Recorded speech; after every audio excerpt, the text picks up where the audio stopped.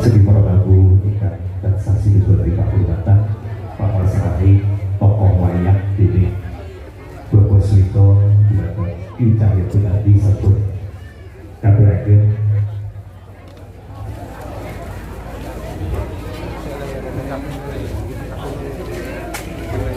Bapak Bide Samaki Lumat Bide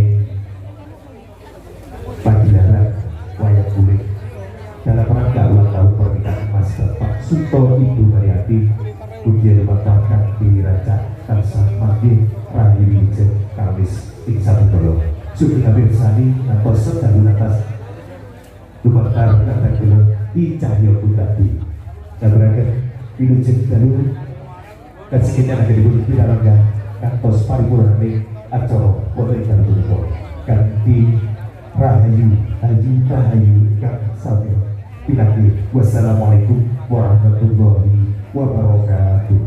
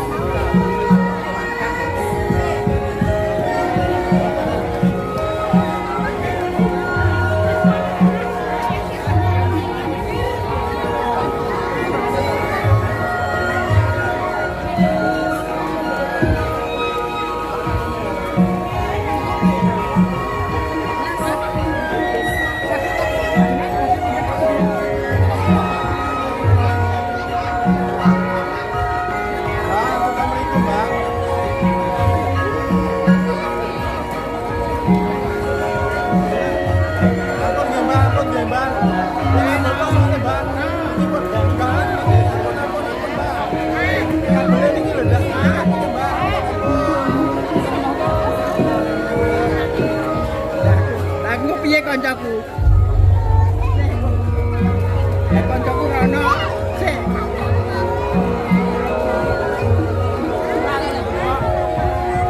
Ilang sembah nyuwun kapur barisan morfena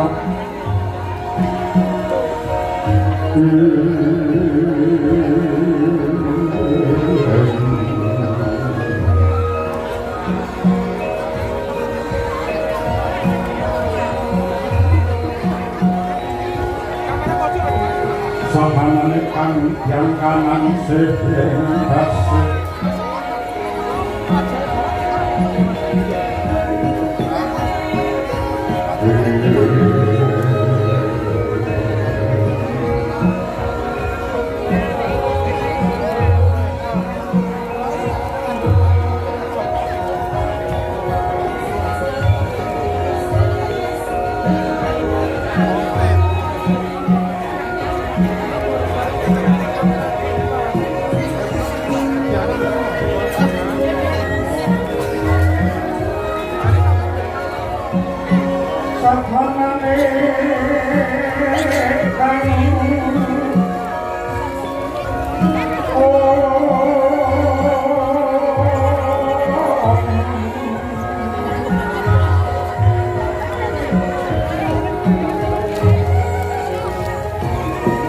yang kanan sekitar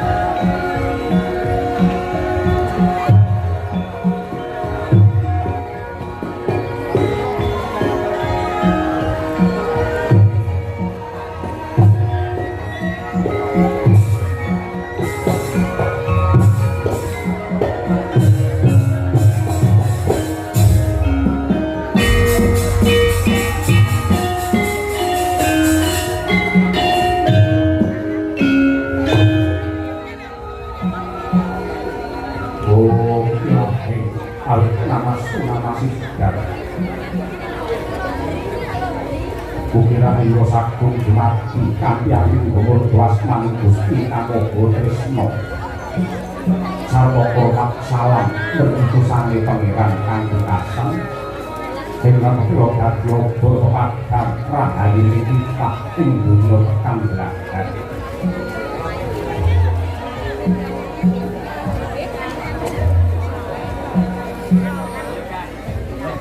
Lagu kewewaran carita sinunggi langene budaya luhur tindak teko klodo ingkang becik tindakno dening ingkang ala sing kirana Kulirik ngelakawan moseko yek gambaran ucapan menilai suci persik tangkaleketan ing bebusan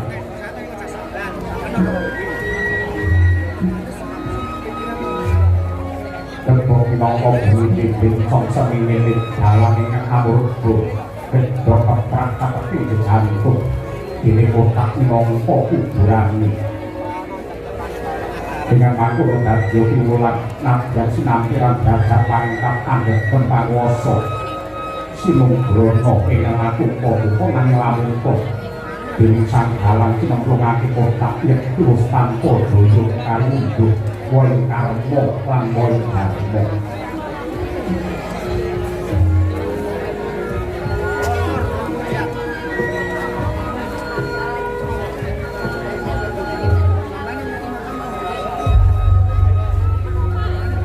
Laksana sang Rata Bupati kangge padhanara ngabdi gunung tempat lawuh sora kuwon gayu semburat kawir sultan Mubarako aratas malimbangar kinanti sirape pendho wagung negari Mandura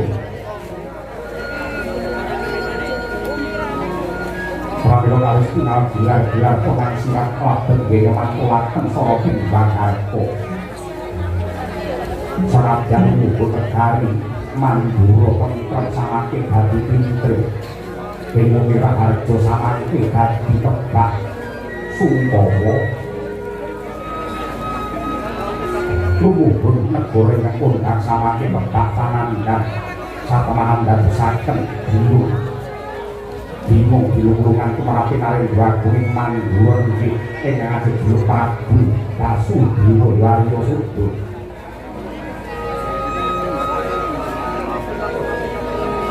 Semangat insting diri para para sentara praja parandene kalis tinggal batang jenjen kendhari mantrawan wekti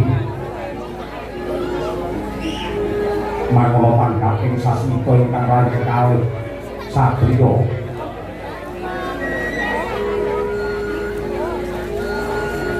Dewesan Pura nenggih Raden Ugrasena liwat Raden Bismaka Larya Prabu Rukma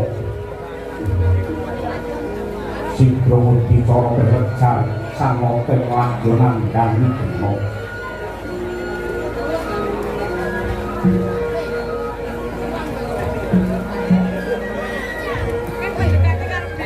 Pencarian berpas dari para nayaka jejel kabeh iki kendhane tanpa solo parandene katon jeneng permanen dapat mawuh sabdo Sabdo kalis tinggal tumpul amari telu orang derek prihatin mulak sungkawan dia Sri Narayana Prabu Basudewa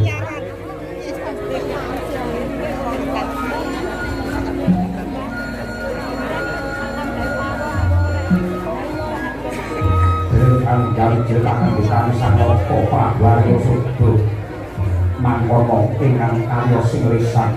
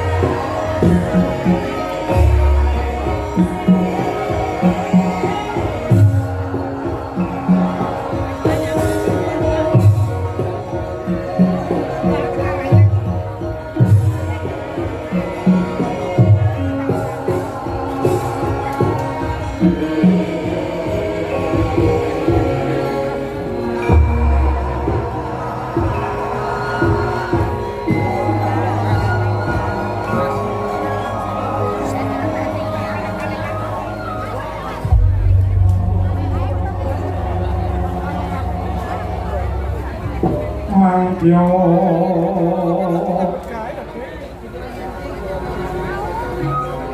พระชัดเป็นโอโจ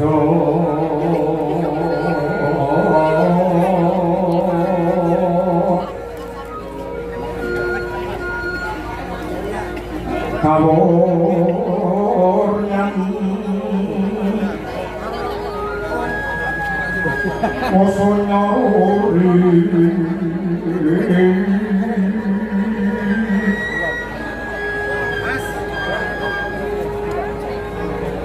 โอ้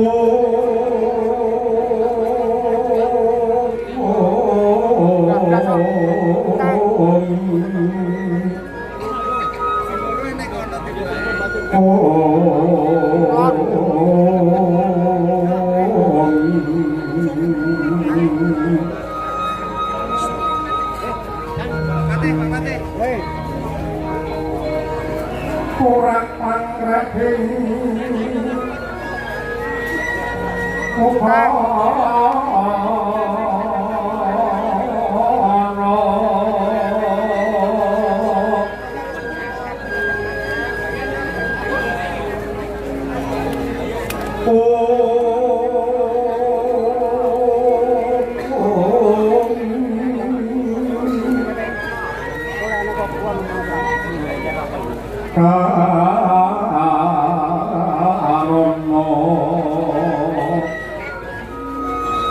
tanpa paluke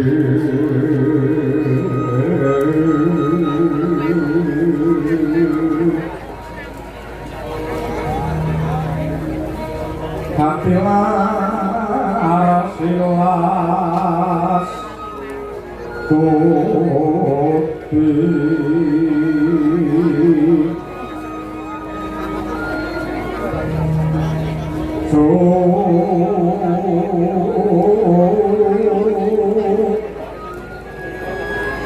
Jotma sarjana karo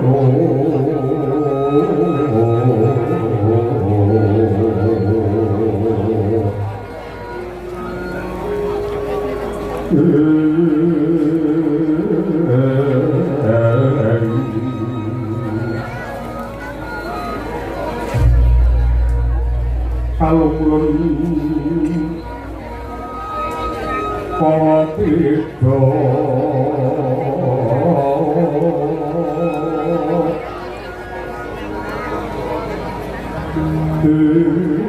Tentang kami Tumaki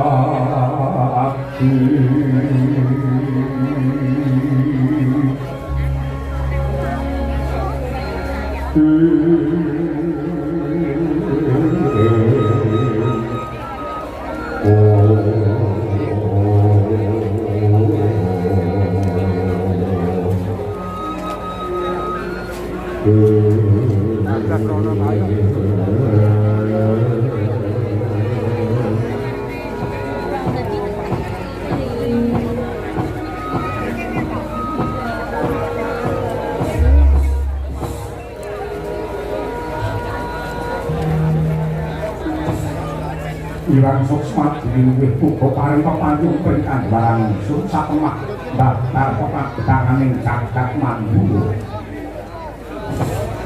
Kadanipun kakang Yayarya Prabu Mara kaki prayoga manggih ngabyan para istinggih dina para Mandura yani.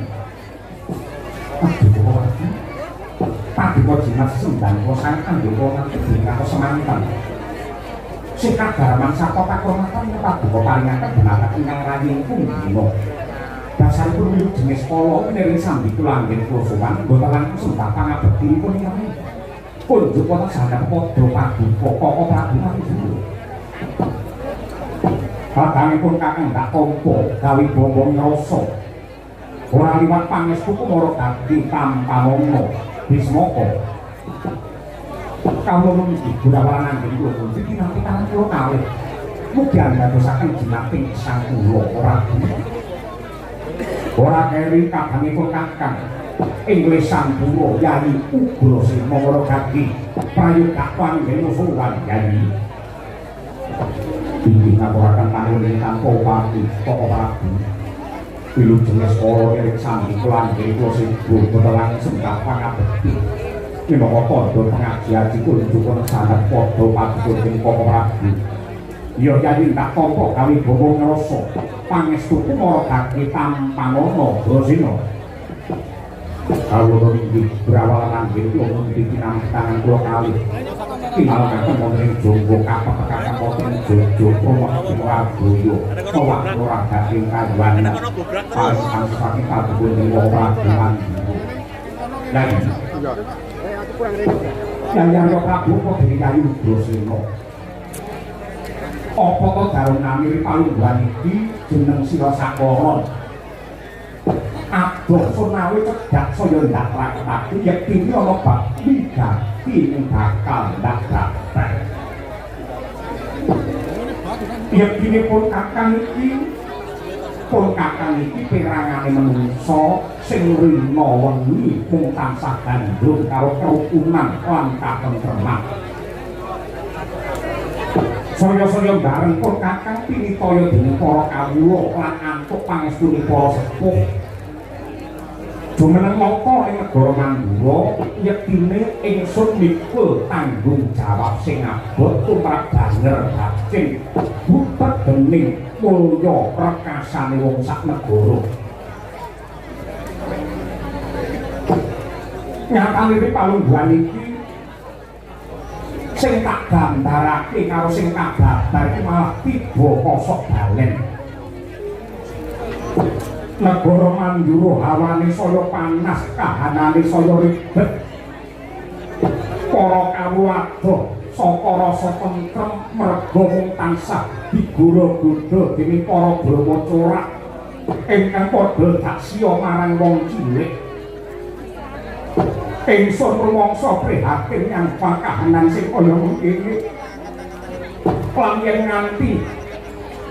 nganti dina iki ingsun durung bisa wek pepadang tumrap lakon lan tetep ing Mandura apa becikipun kakang tak lereh keprabon gayaku wis lingsem aku wis insing ngadeg jejeg mongko dadi pengayuman ning Mandura kene Yayi. Panjenengan ingkang puspita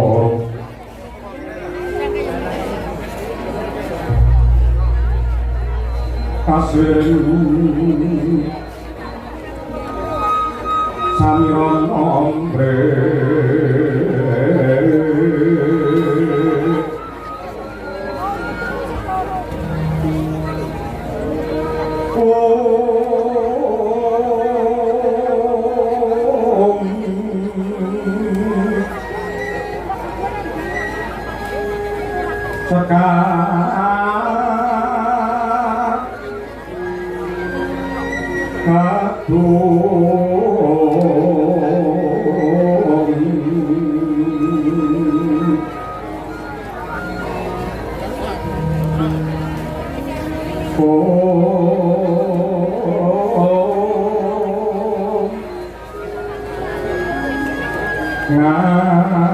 ngaskan dan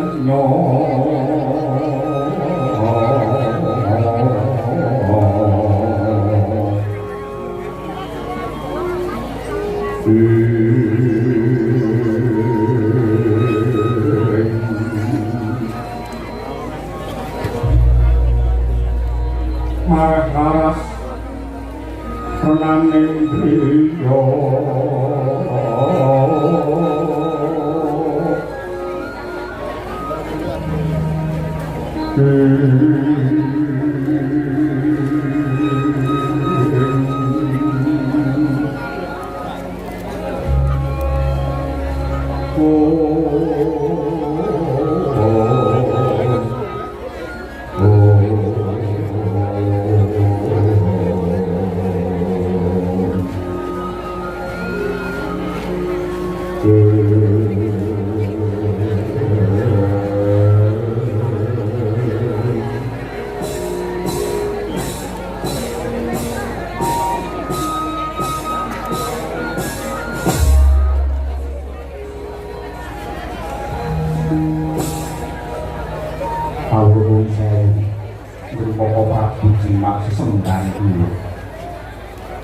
kalian kula yang rani dadi ndelok sumawatur lan mbok menawi wonten lemah ing atur kawula jagu pangaksa padupun Para Prabu Yayi Drasena para dadi matura Yayi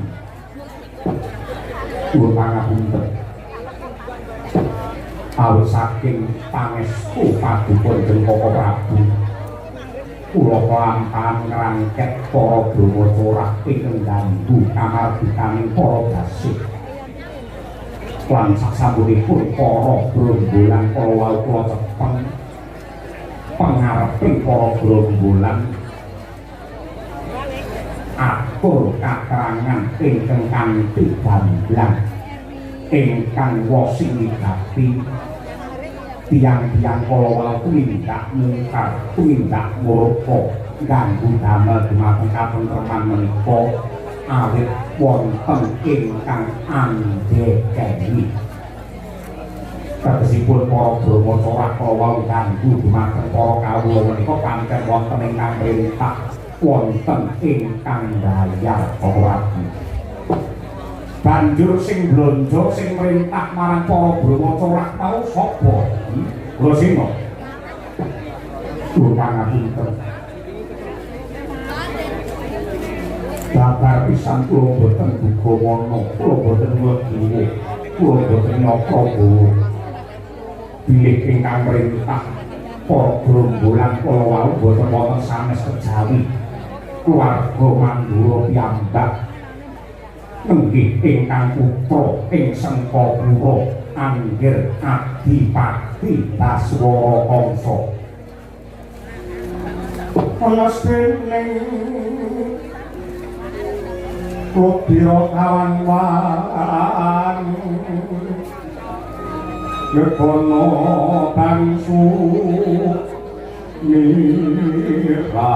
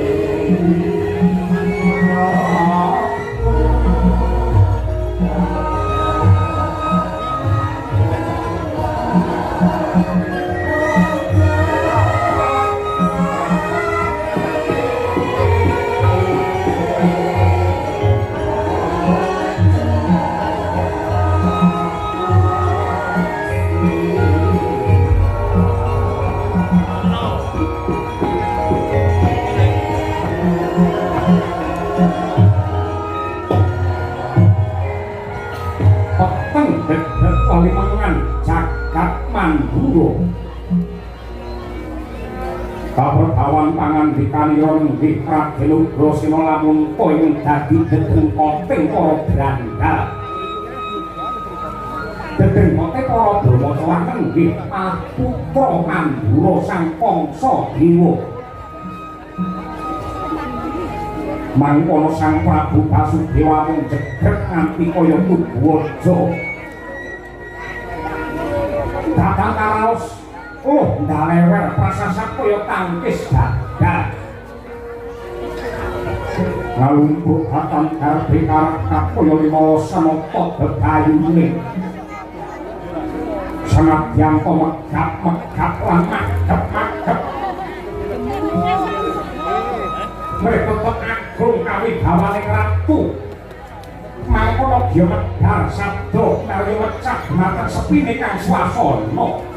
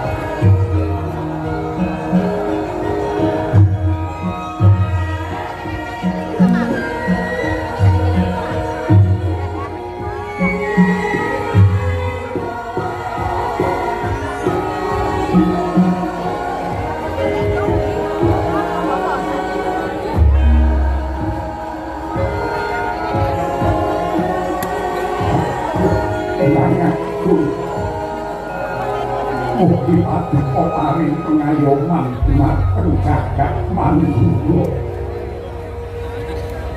Yayu Brasena wonten kawuh ora.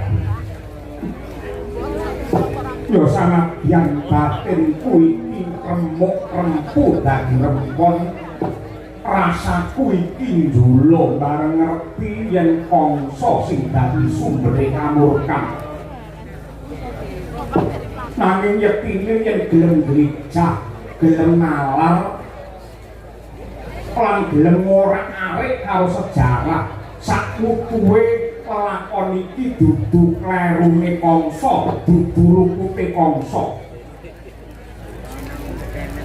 Apa to sebabe kok pun kakang paling dawuh kaya ngono merga pun kakang kelingan jaman semono gandeng pun kakang iki seneng bebedak ana ing alas golek wujude kewan kanggo isen-isen kumaping kebon raja. Mongko wis cepet lamun to garwaning Suryana telu ya kuwi Mairah Mahira utawa Mahindra ingkang angka 3 ya kuwi Badrahini. Nalika semana pun kakang ora adil sing tak kanthi sing ndak kanthi bebedak ana ing alas. Nalika semana ya mung Mahira lawan Badrahini ning Mairah ora ndak kanthi malah ndak dawuh supaya lenggah ana ing kraton. Lah kuwi mula bukane iki lakon iki dadi ribet dadi pepetek ya ngono kuwi mergo aku duwe bojo sing cacahe 3 ning nyatane aku ora bisa adil. Yen aku adil kudune bojo 3 mau tak jak kabeh ning tak kereke siji.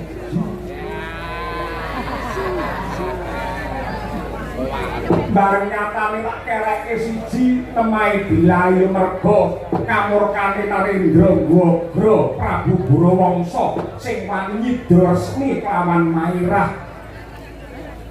sing nalika semana jarine Ratu Gwagra Burawangsa iki dandan jebles karo Basudewa. Mula si Mairah ora rumangsa sulak ora rumangsa kaget bareng dikanthi cumbana dikanthi sasmi ya diladeni apa mestine satemah Mairah bobot tak tundung saka kraton. Mairah bobot tak tundung saka kraton banjur anak-anak si Jaka Maruta. Jaka Maruta diglontrah karo Surati mantra dewasane dheweke sausé duwe kadigdayan ngamuk punggung Suratamtaha ana ing negara Mandura biyen. Para sentana praja ora ana sing mangga priya tandhing karo Jaka Maruta satemah ndak angkat dadi putra Andanu utawa anak angkate Prabu Basudewa tak paringi tetenger utawa kasih ya kuwi Adipati Kamsadewa ndak lenggahake ana ing Sukabura utawa ana ing Sukabura. Saku kuwe kangsa kae ora kleru ning janjane yen gelem ngakoni sing kleru iki Basudewa wong ya kenapa peh dadi ratu bojo dadak akeh ya apa empek-empekane barang wis tuwa kaya ngene iki malah nyampuk karo prapanku dhewe mergo bojo 3 iki paribasan sak circle iki ngono.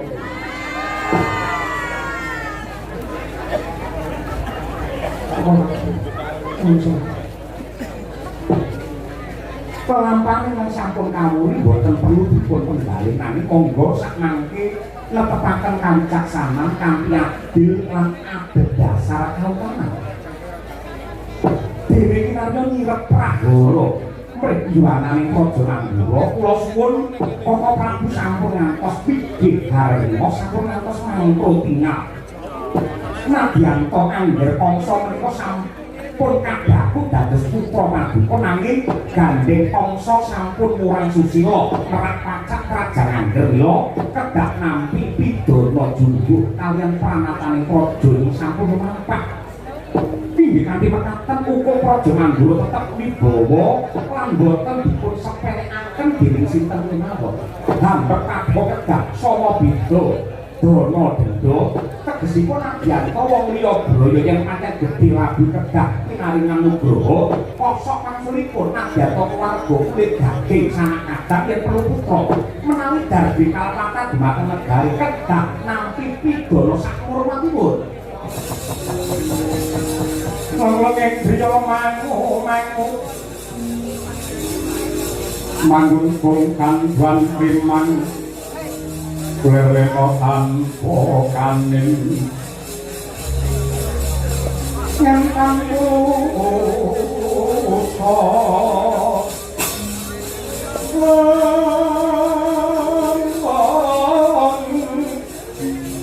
mangku sang yang utama mangkono rina arendra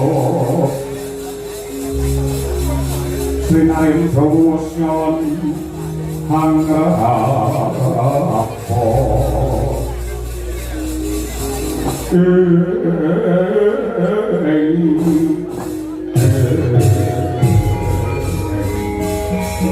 Sinaw kamarin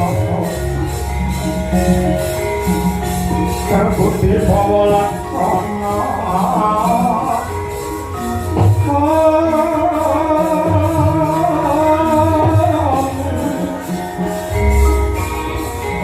terbukti mengkono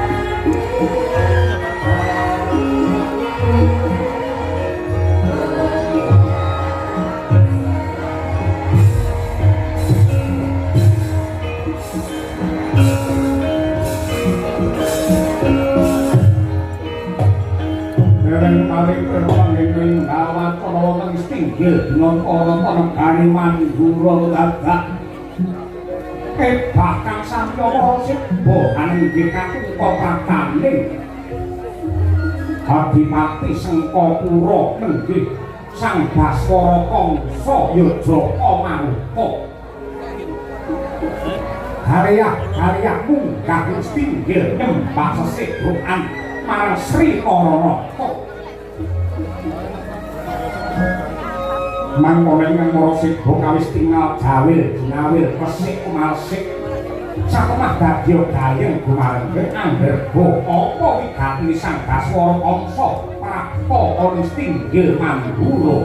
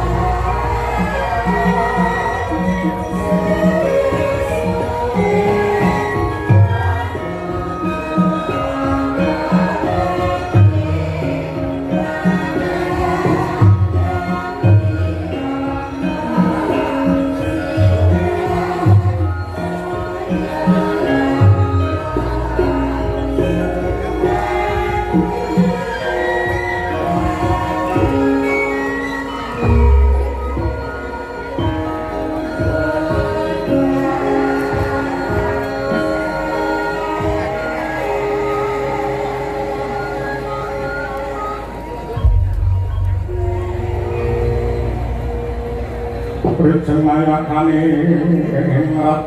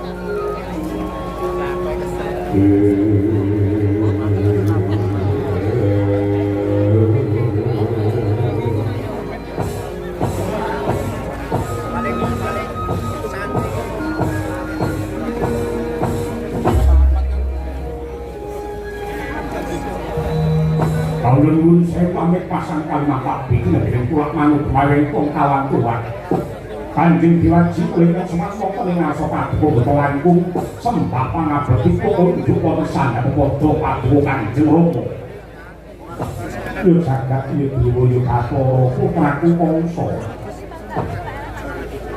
ndak apa gawe bombong rasa lega gawaning penggawe ora liwat pangestunipun apa maragati tampanana Jaka Marupa. Nggih, brawanan kita mung dinampi tanganku kalih. Mugian kadosaken jimate gesang kula. Nuwun pangapunten Rama Rabi.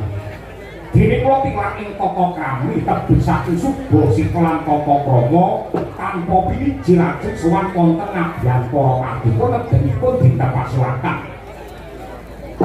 Yekosipun pareh-pareh menapa lan sebabipun menapa kok kula cuman pokok kados mekaten karana kula menika nganggep dumateng paduka menika tiyang sepuh kula menika boten namung tata lair kemawon ning kandhas dumugi ngantos wonten ing batin.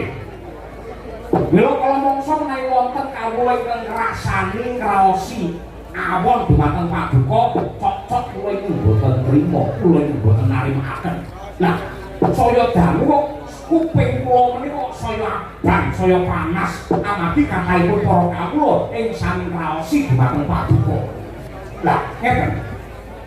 Yen pasipun suwan kula wonten ngarsa paduka menika boten saking pikajen kula piyambak, ning kula menika namung dados talang aturipun para kawula ing sakukuban negari Mandura mliginipun kawula paduka ingkang mijil kakung. Sampun pinten-pinten taun menika rumaos bosen. Pinten-pinten taun menika sampun rumaos bosen. King menapa urip mung sepisan wae kok mung dijak bangun, dijak ibadah, dijak manembah. Mboten nate antuk panglipur ingkang sae. Mongko tiyang jaler menika nyambut damelipun menika awrak sanget. Wonten ugi ingkang wani toh jiwaraga. Ngetokke nyawane kanggo nguripi keluarga. Parandene rina wengi kok mboten nate pikantuk panglipur. Lah gandeng para priya menika mujudaken kegiatan tawi saka guru tumrap adeking negari Mandura monggo kok dipun gatosaken panyunipun menapa monggo dipun sembadani dipun remen-remenaken manahipun para kawula awit kula sampun saged gambaraken wong lanang yen batine digawe seneng niki mangke sariranipun badhe saras lan sakosa yen awake niku sehat pikirane dadi padang jinglah. Yo. Dadi kunci wong sak negara kali wong lanange seneng apa ora? Yen wong lanange seneng, niki mangke wong sak negara badhe seneng. Nek wong wedok yen wong jeruk resula kemawon, geger karo kancane niku mboten maknane napa-napa.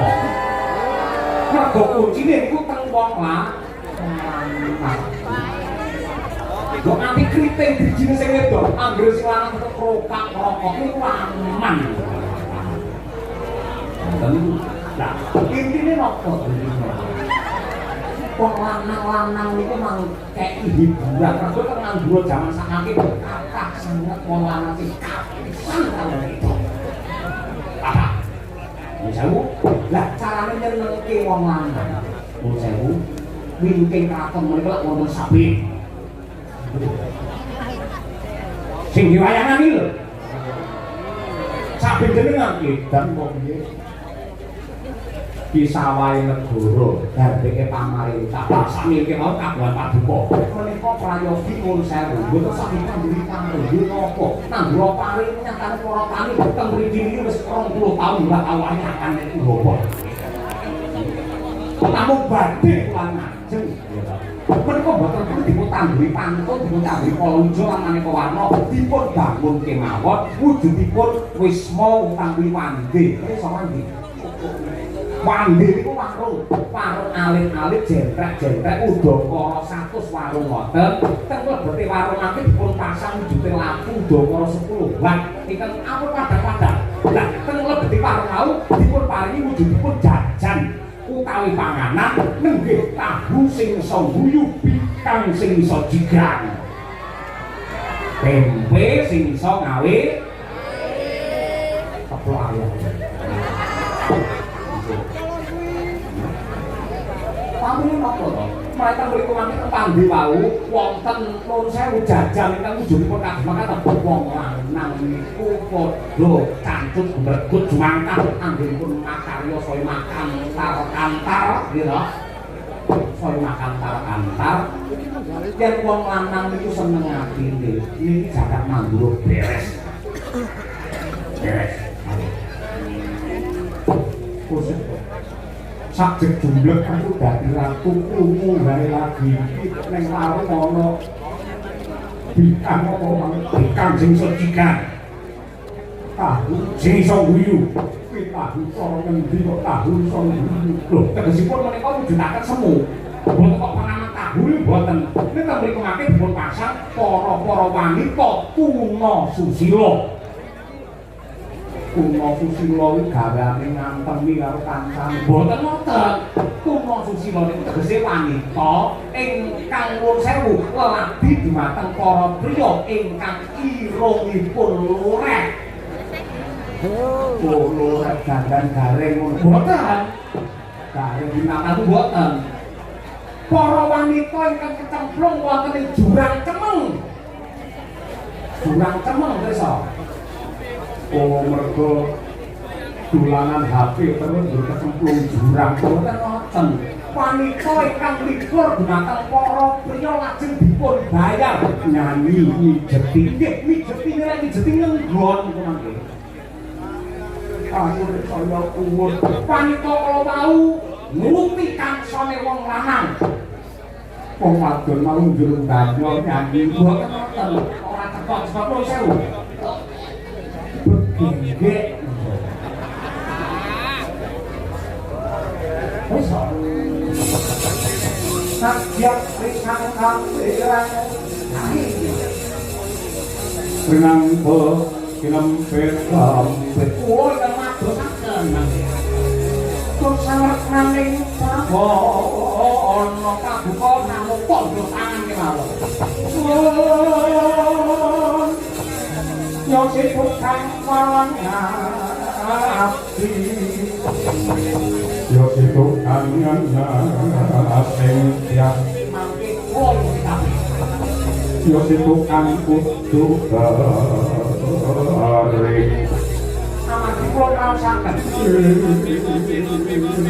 Suwe tak buka jumeneng dados narindo niki ingkang mangrangkul ingkang mancedak ingkang mantresnani basane para sepuh para brahmana resik kyai alim ulama Sing paduka boten tresnani kaliyan para neng-neng mandang kok mongko ratu niku kedah warata ratu niku gadhe ora kena kok mari domban iki Dimas Radar sing ditresnani para sepuh boten saged sedaya kedah pikantuk teh sing kagresnan paduka dilaji nah kinarya ndebrak dumateng kahanan kinarya nyelimur dumateng swasana supados para warga Mandura menika namung mikir dumateng drita kemawon Kulon-kulon dipun wontenaken adu jago nanging kan dipun du sanes jago bokongan ning jago bombongan tegesipun dudu ayam lumrah sing dudu ning Jawa Mungsa kula sampun nyatigaken paman Surati mantra mongko dados jago lan kaneman saka kula dene jago saking kraton mriki sinten derek menawa paman Ugrasena napa paman Arya Prabu syukur bagi saya menawi Kanjeng Rama pribadi ngen jumangkah dadi jago kabeh oleh paman Surati mantra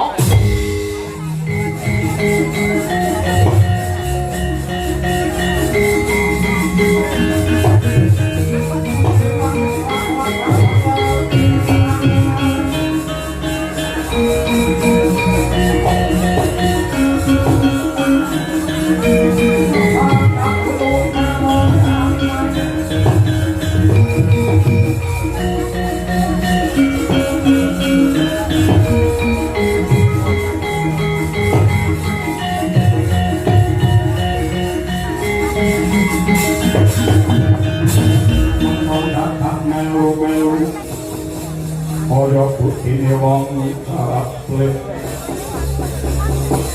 kaliyan kalengkane ingat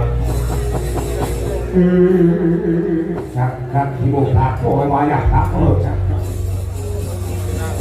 lekak petale aku bisa waca karo ora ing atimu kangsa anggonmu ngecak maksiat karo Ratu Mandura nganti diadani adu jago menungso bukumu bakal ndongkeng kawibawane bapakku supaya glundung saka kursi keprabot sing atase kowe kiat madane ratu sing kudune paring conto sing becik marang para kamu lan cetha iglo tanpa warana yen ana adu jago mesti bakal kanggo srajang abotoan kelop-totoan pompo-pompoan larangan turapi agama lan larangan turapi lega ora ndak kilani Nadyan kaya ngapa lan kepiye ora ndak nilani sapa sing ra trima sing dadaki Ratu Mandura.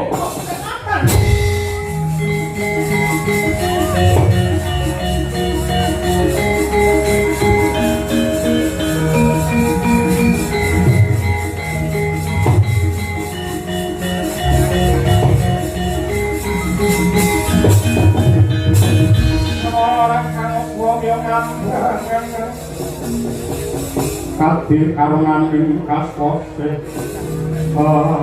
aneng maraga mamalakum pisan bondo astrat mojo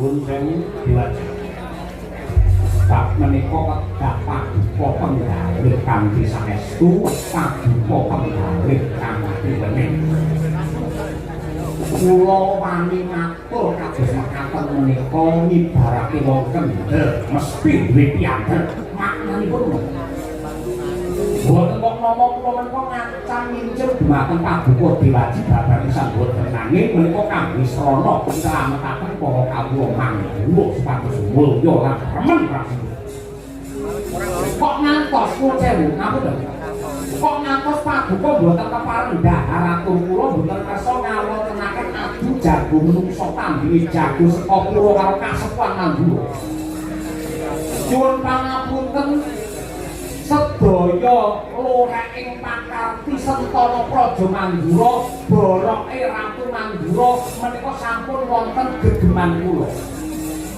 yen panyuwun kula boten dipun pinangkani wawadi menika badhe kula sebar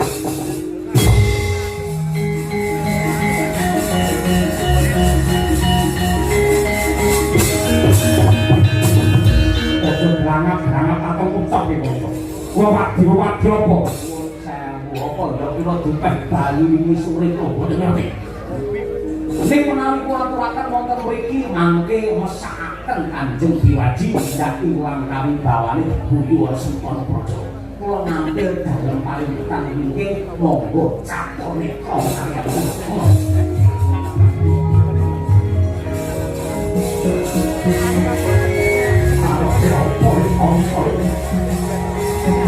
Hei, Allah.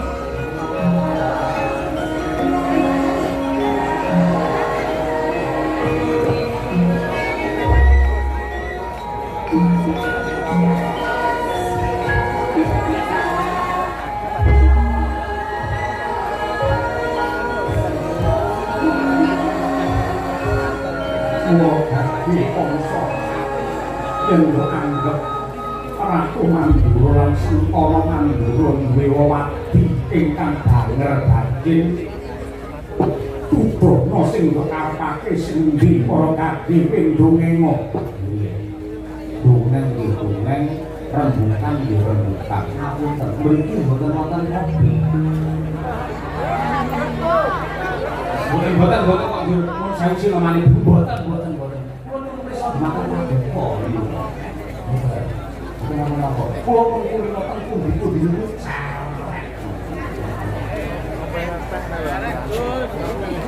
Nyemoni boten Panglipun bintang kula kaliyan Kanjeng Rama menika kok belum kenceng wong sedang kula kaliyan Paduka. Namun tuh itu Ya. kamu kakek nalika Paduka Kanjeng Rama maksih timur dereng jumeneng nata ingkang lenggah keprabon wonten ing Mandura mriki Kanjeng Hyang Kunti Boja wonten cariyosipun salah satunggalipun Waranggana ingkang yektosipun menika saking dusun banjur nuwun sewu tumuran kasar kaliyan rombonganipun munggawa bathok jaluk kelas kasar yo mergo pinter liwara pinter anggone basa jaran satemah wonten daya darik saking para kawula minggalipun ngantos nggegiraken kraton Mandura satemah tiyang estri kala wau kaangkat dados abdi dalem Waranggana kraton Mandura naminipun Sagopi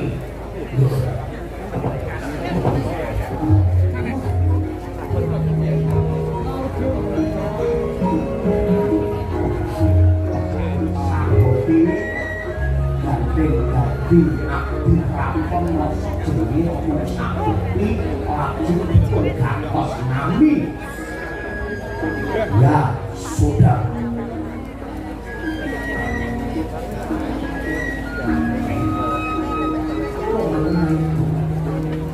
kondangi dan Sagopi selawae ngelani nilangoni kuwi rambut nanti jempol bapak bisa boten-boten getek sini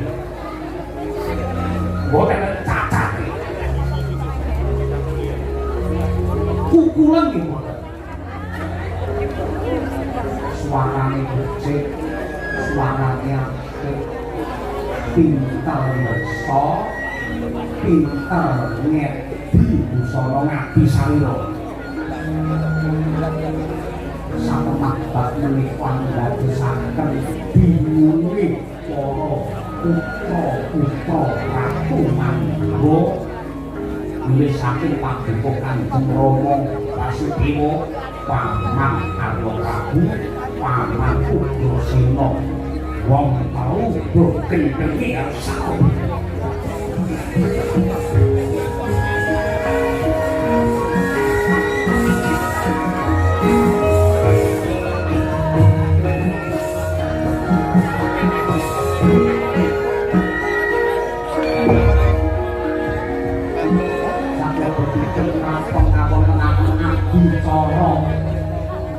nenggih klenengan anggara kasih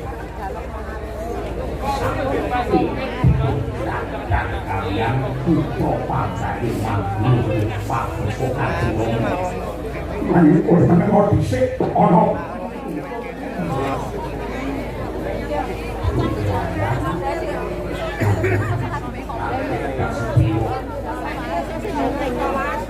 rasipun dulu Sagopi sanesipun ning gandeng abdi yang kurang stoke dawuh utaraku mesti bakal nampa pidana gedhe wajib ngadosi lambang sari napa mestinipun ngantos sakopi bobok.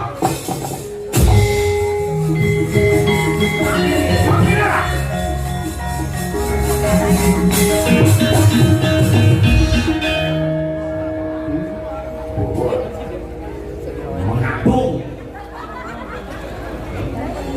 bot-bot ing atase anak ratu mongko isih Joko Kumala isih legan parandene kok ngeteng sing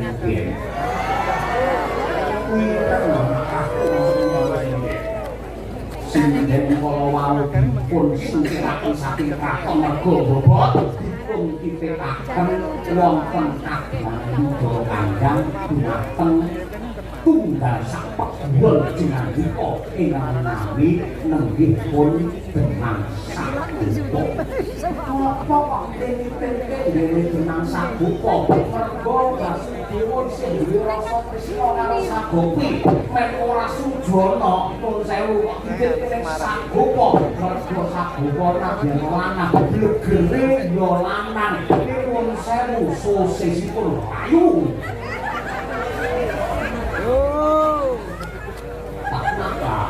Balik susahnya lagi. Bila lanjut dipun tenik Yudha Kandhang. Boten landhep dumugi semanten sing edanan karo Sinden Sagopi boten namung Sang Basudewa ning agune sing karya kabeh. Kula limpe brangkangan nganti tekan Yudha Kandhang. Yen nganti Cumbana wonten ing desa Tanurunga namung badhe dipun wirang-wirangaken dening para kawula Yudha Kandhang lajeng nuwun sewu Sagopi dijak lunga tembunge sakniki check in.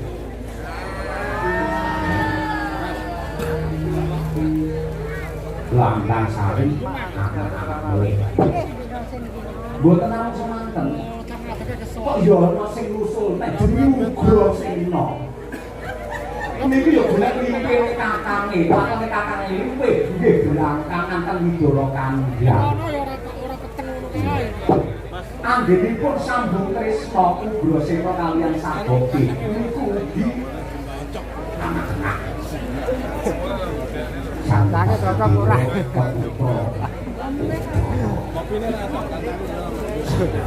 kabeh pokoke sapi emotine pun sewu Ugrasena anak-anak Hati Manggolo nggih Hati Manggolo niku leres napa leres lek bab niki kok bongkar geger iki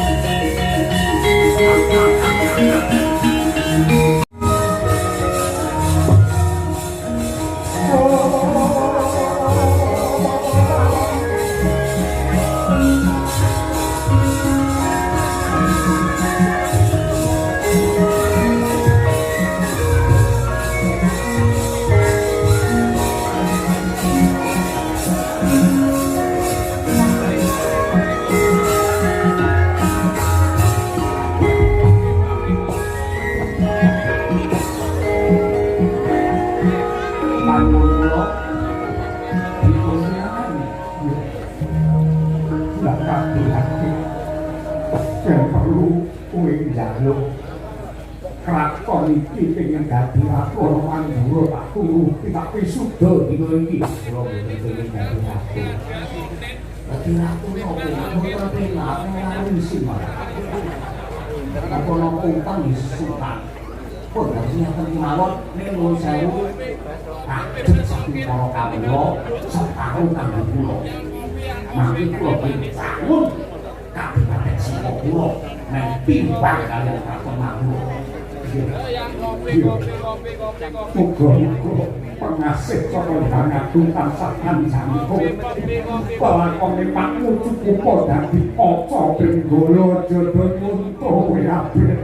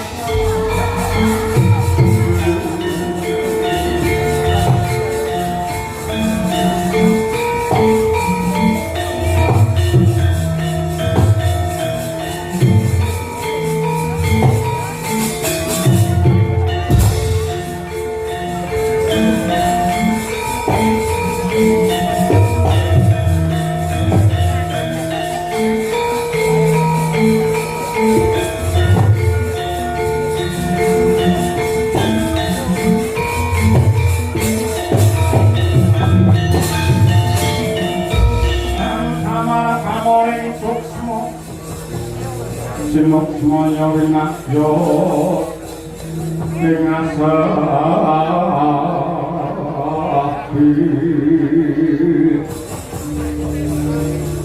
nyimpen wengi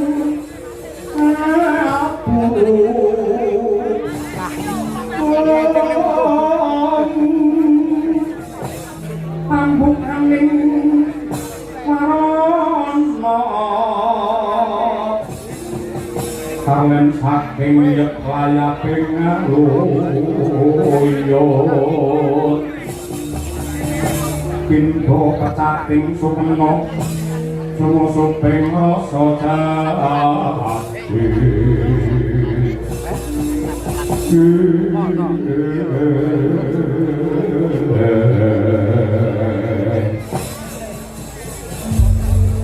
Purwa Madya Wasana samendang wonten ing karepipun sedaya waktu kula sampun kula babar.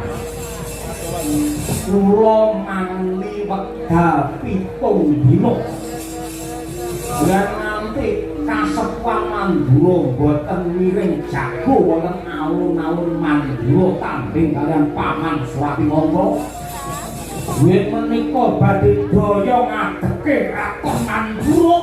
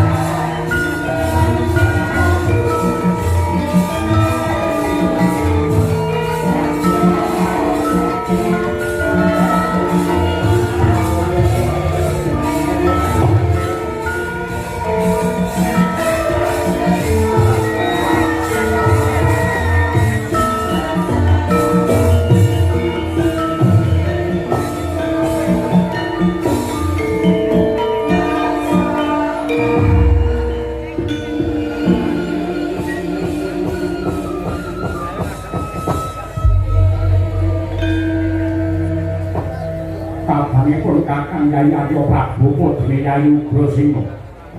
Amun wonten tinggal ing ngadeg kadang ora. Wonten ing dalan ngadeg ora.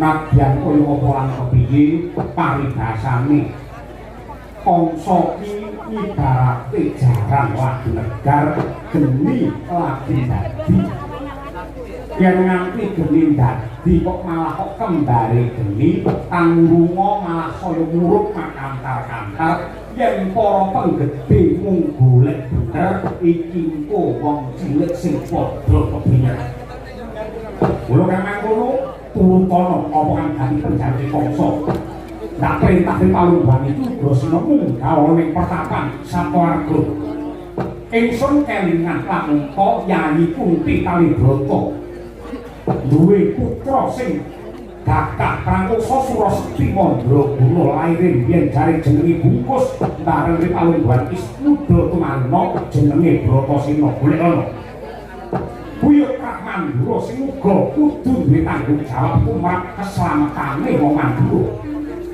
iki kira-kira kasmakaken ditelan sedaya saken dawuh kangge kuwate marga Pasuruan Prabu ya Prabu apa dawuh Prabu kaya ana dawuh maneh Bugana kang padha ngantung sibo ingsun ya kundur kedhat pemimpin marang Sih Nugraning Bangagung uga pangeran tansah paring dana rasa marang wong Mandura